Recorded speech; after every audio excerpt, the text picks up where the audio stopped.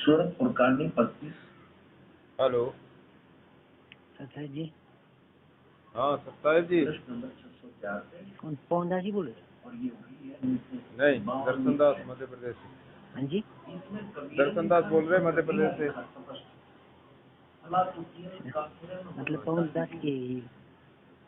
हाँ हाँ बोलो। पवन दास नहीं है जी। हाँ बोलो क्या बात है। वो भक्ति के लिए थोड़ी अनुपासना छोड़ नहीं पा रहे हैं, क्या करें? छोड़ नहीं पा रहे हो? हाँ जी। तो वो तो आपको ही छोड़नी पड़ेंगी, कोई हम थोड़ी ना छोड़ेंगे। उनको छोड़ना तो आपका काम है, हमारा काम तो है नहीं। क्या करें जी, ये घर वाले मानते नहीं ना, बोलते हैं कि करना ही होगा। तो घर वालों की मान रहे हो कि भगवान की मानोगे? हैं? इसका कोई समाधान नहीं है। तो समाधान तो बता ही रहे हैं, और कैसा होता है समाधान? घर वालों की मानोगे कि भगवान की बात मानोगे? भक्ति करना है कि नहीं करना है तो आपको सोचना है। हमारा फायदा किसमें है? भक्ति करने में फायदा है या इन घर वालों की बात मानने में फायदा है? वो तो भक्ति करने में है जी। तो भक्ति करने में फायदा है, इस बात का आप खुद समझ रहे हो, तो फिर घर वालों की बात को क्यों मानना फिर? फिर संसार वालों को और समाज वालों को कैसे समझाएगी? हैं? घर वालों को समाज वालों को कैसे समझाएं कि ये ठीक नहीं है भक्ति? उनको क्या समझाना है? क्या लेना देना उनसे? मैंने वो बात बनाई है ना मेरी, वो नहीं मतलब देखो, उनको कुछ नहीं समझाना है, आप अपनी भक्ति पर लगो। हमने संसारी की बातों पर ध्यान नहीं देना है। अगर इनकी बातें सारे सुनोगे बोल देंगे तो ना, आप देखो भक्ति नहीं कर पाओगे। हैं? इन्होंने अपने अपने देवों को छोड़ के सारे देव रुष्ट हो जाएंगे, और इन्होंने ये दूसरे संत रामपाल जी की तरह कर रहे हैं, तो बात बनाएंगे ना ये लोग। कैसे, क्या कह रहे हैं? ये बोलेंगे कि अपनी परंपरागत पूजाएं छोड़ के ये दूसरे गुरु के शरण में चले गए, तो इस तरह वो नहीं, देव रुष्ट नहीं हो जाएंगे? एक बात बताओ, ये देवता किसने बनाए? ये देवता उसी पूर्ण परमेश्वर ने बनाए, और ये आप जो भक्ति करने जा रहे हो ये उसी पूर्ण परमेश्वर की भक्ति है। संत रामपाल जी जो महाराज हैं वो पूर्ण परमेश्वर हैं, तो उन्हीं ने सारी दुनिया बनाई, सारी सृष्टि उन्हीं ने रची, ये देवता भी सब उन्हीं की रचना है। फिर वो रुष्ट कैसे हो जाएंगे भाई? एक बात बताओ। वो नहीं ना, जो हम लोग परंपरागत पूजा छोड़ देने से जो देवता होते हैं वो रुष्ट नहीं होंगे? क्यों रुष्ट होंगे भाई? जब आप परमेश्वर की शरण में आ जाओगे तो वो रुष्ट क्यों होंगे? देखो, जब परमेश्वर कहते हैं कि जब ये प्राणी पूर्ण परमेश्वर की शरण में आ जाता है तो फिर ये देवता उसके पास नहीं जाते, फिर वो देवता उसके पास नहीं जाते। ये आदेश है परमेश्वर का, जो मेरी शरण में आ जाए उसके पास तुम मत झांक जाना, तुम मेरे पास आ जाना। तो वो परमेश्वर के पास जाएंगे, परमेश्वर उनको जैसे भी देंगे वो परमेश्वर के से अपना लेंगे, आपसे नहीं मांगेंगे, फिर वो ना आपसे कोई रुष्ट होंगे। परमात्मा कहते हैं कि देवी देव ठाड़े बहे, ये परमात्मा की शरण में जो प्राणी आ जाता है तो पूरे ये देवी देवता परमात्मा के सामने दरबार में खड़े हो जाते हैं जाके। तो ये कहते हैं कि परमेश्वर दरबार में खड़े होकर कहते हैं कि हमको ठोर बताओ, देवी देव ठाड़े भये और हमको ठोर बताओ। तो परमेश्वर कहते हैं कि जो मुझको पूजे नहीं तुम उनको लूटो खाओ। तो ये परमेश्वर उनको आदेश देते हैं कि जो मेरी शरण में नहीं है तुम उनके पास जाओ, और जो मेरी शरण में आ गया है तुम उनके पास मत जाना बिल्कुल भी। आई समझ में? हाँ जी। हाँ, तो इस बात को ज्ञान के आधार से आप इन चीजों से मत डरो और परमेश्वर की भक्ति करो, ना ही किसी कुल परिवार की बातों को मानना इस भक्ति में, और ना ही किसी रिश्तेदारों की बात को मानना, ये अपना कोई साथ नहीं देंगे। देखो, परमात्मा कहते हैं कि कुल करनी के कारण ये हंसा गया बिगोय, और कल को कुल क्या कर लेगा जब चार पाए का होए। जब कल आप गधा कुत्ता बनोगे तो क्या ये परिवार के ये रिश्तेदार आपको बचा लेंगे क्या? वो तो नहीं, हैं? वो तो नहीं जी। तो फिर भगवान की भक्ति करके अपना कल्याण कराओ। ये तो अपना 2 दिन का यहाँ का रिश्ता है, ये 2 दिन का साथ है परिवार का, रिश्तेदारों का। एंड में अपन को जाना है तो इस शरीर के रहते हुए इस शरीर से भक्ति कर लो और अपना सतलोक चलो, वहाँ पे अपना सर्व सुख होंगे। जैसे मैं गुरुजी का सत्संग टीवी पे लगाता हूँ या कहीं पे सुनता हूँ तो कोई सुनता नहीं है, बोलते हैं कि बंद करो ये, तो ऐसी है। तो उनसे बोलो भाई आपको नहीं सुनना है तो आप जाइए, और हम सुन रहे हैं तो हम अपने सुन रहे हैं, हमें सुनने दो, हमारे से आपको क्या तकलीफ है। उनसे बोलो भाई आपको नहीं सुनना है तो आप जाइए। उनके कहने से आप बंद कैसे कर दोगे भाई? आप हमें क्यों रोक रहे हो जो को सत्संग देखने से? आपको क्या तकलीफ है जो को? उनसे बोलो ना, इतना बोलते क्यों नहीं, क्यों डरते हो उनसे? यार किस किस के साथ झगड़ा करने बैठे हैं, कोई मानता ही नहीं। नहीं देखो भगत जी, झगड़ा नहीं है इसमें। उनसे जो कहो कि भाई देखो, हाँ आपको अच्छा नहीं लग रहा तो आप मन सुनो, आप जाओ, हमें सुनने दो। तो इसमें लड़ाई की बात नहीं है। या कोई भी बोले, आपसे घर वाले बोले या कोई भी बोले, इसमें कौन सी लड़ाई की बात हो गई, कौन सी झगड़े की बात है इसमें? हैं? तो ये करना पड़ेगा भगत जी, ज्ञान को आधार बना जैसे कर। सत्संग सुनने से और करने से कुछ पाप कटते हैं यार, कुछ होता है क्या? क्यों नहीं होगा? भक्ति करने से पाप नहीं कटेंगे, लेकिन जब परमात्मा की बात को मानोगे, उस लाइन पे चलोगे, तो पाप तो अपने कटेंगे ही, पुण्य हमारे होंगे ही, और जब पुण्य होंगे तभी तो हम सतलोक जाएंगे। अभी तो हमने पाप कर करके अपना सिर पे वजन रख लिया है।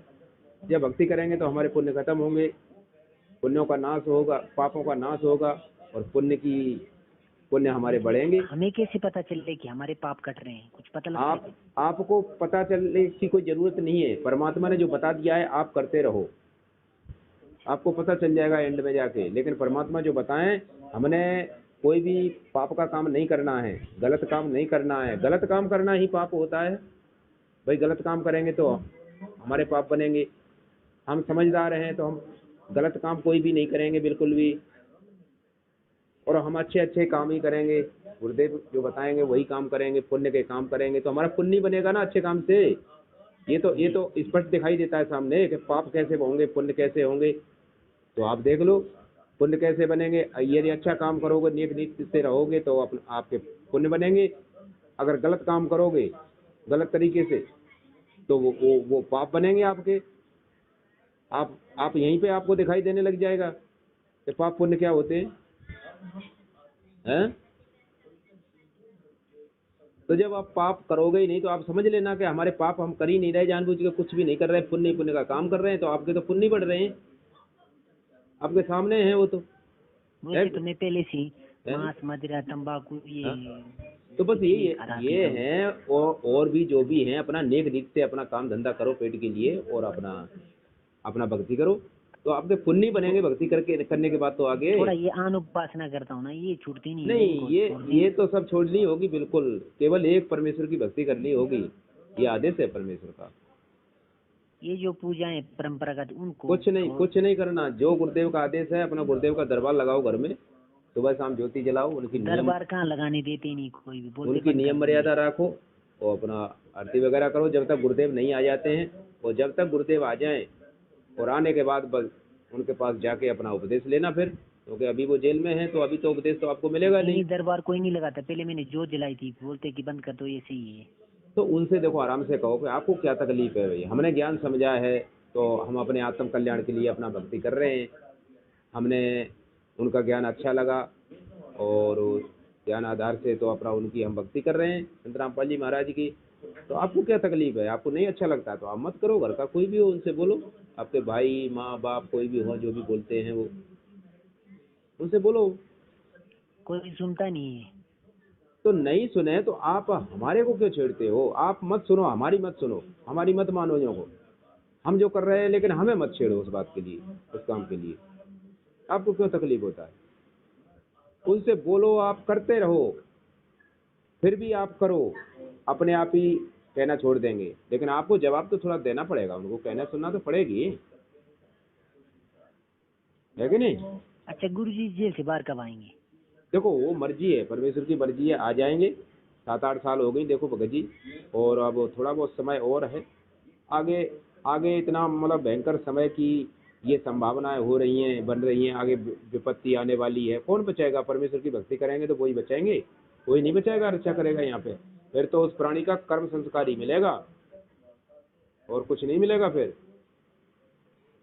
और हम भक्ति करेंगे जब परमेश्वर की शरण में होंगे तो परमेश्वर हमारे साथ होगा, परमेश्वर हमारी रक्षा करेगा। हम परमेश्वर की बात मान के भक्ति करेंगे तो।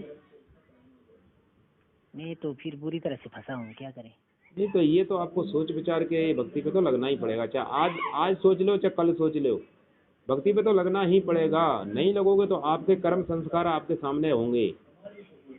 अगर बुरे संस्कार हैं कोई आगे तो वो ही आपके सामने आएंगे, उसको कोई नहीं रोकेगा, क्योंकि आप परमात्मा की शरण में नहीं हो तो फिर आपका ही वही मिलेगा।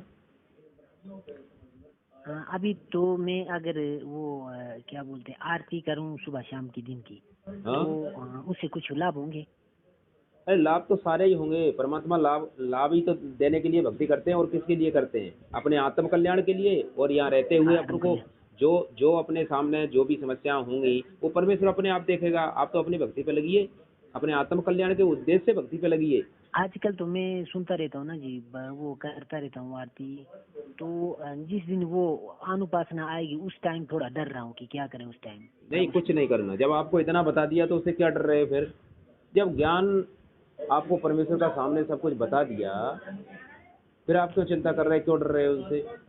या तो पहले आप गुरु जी के सत्संग ये सुनो। घर में एक मेरी माता है ना, वो परेशान करती रहती कि बोलते हैं कि करो तो करो, देखो, नहीं तो यदि आपके समझ में नहीं, यदि आपके समझ में ये ज्ञान नहीं आया है ना, तो पहले नहीं ज्ञान तो समझ में आया ना, नहीं पर आया, ये घर वाले आपके मानते नहीं ना। देखो भगत जी, घर वालों को छोड़ो, आपकी ज्ञान समझ में आ गया है तो भक्ति पे लगो, और नहीं समझ में आया है तो अभी गुरु जी का ज्ञान सुनो, सारे दिन भर ज्ञान सुनो, रोज सुनो, सुबह शाम रात को ज्ञान सुनो उनका अच्छी तरह से, उनके मुख कमल से सुनो टीवी पे, ठीक है? जब आपको मेरे पास उसको अच्छी तरह आपको समझ में आ जाए, आपके हृदय में बैठ जाए, जब आप भक्ति पे लगना।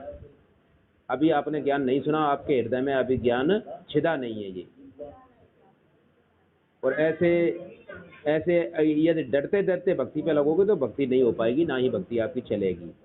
इसलिए आप अभी सत्संग देखो, सुनो, और जब आपको अच्छी तरह दृढ़ हो जाओगे तो आप परिवार से के लोग जो आपको बाधा करते हैं ना, उन लोगों को भी आप वो कहने के लायक हो जाओगे जब आपके हृदय में ज्ञान बैठ जाएगा। तब आपके हृदय में अभी ज्ञान बैठा नहीं अच्छी तरह से। मर्यादा क्या क्या है जी? मर्यादा है वो मर्यादा भी सब कुछ आपको बता दी जाएंगी जब आप लगोगे। पहले आप ज्ञान सुनो अच्छी तरह।